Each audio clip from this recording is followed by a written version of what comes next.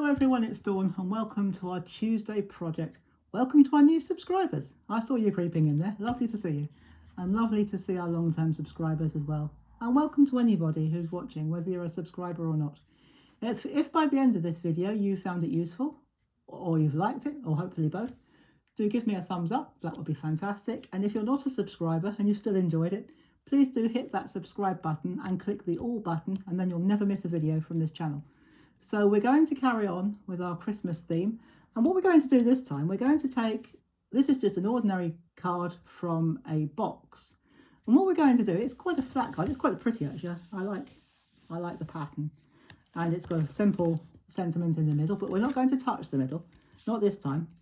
But what we are going to do, we're just going to use, this was one of these, it came in a box of 30, I think. Yes, there was a box of 30 and there were about 5 of the same in each one.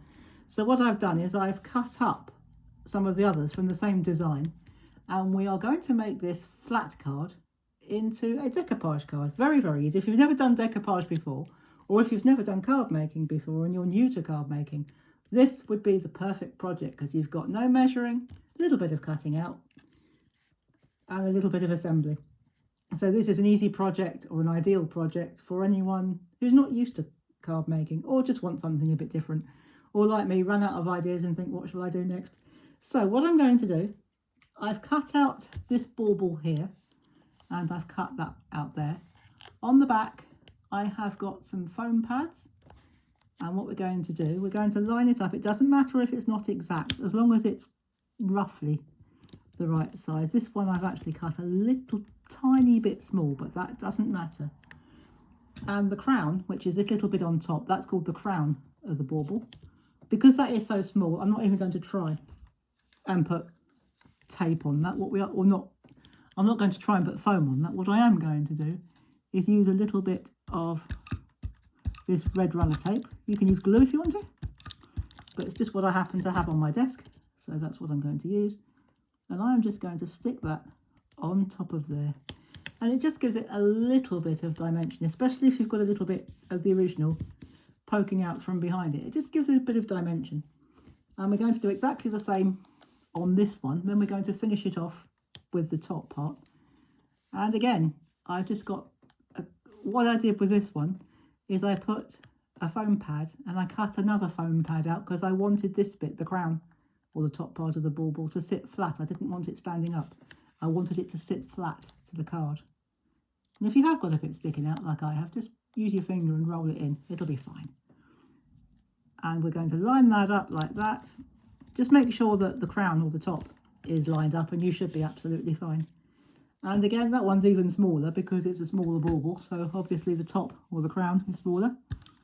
And so once again, we're going to put a blob of adhesive on it, if I can persuade that to stay.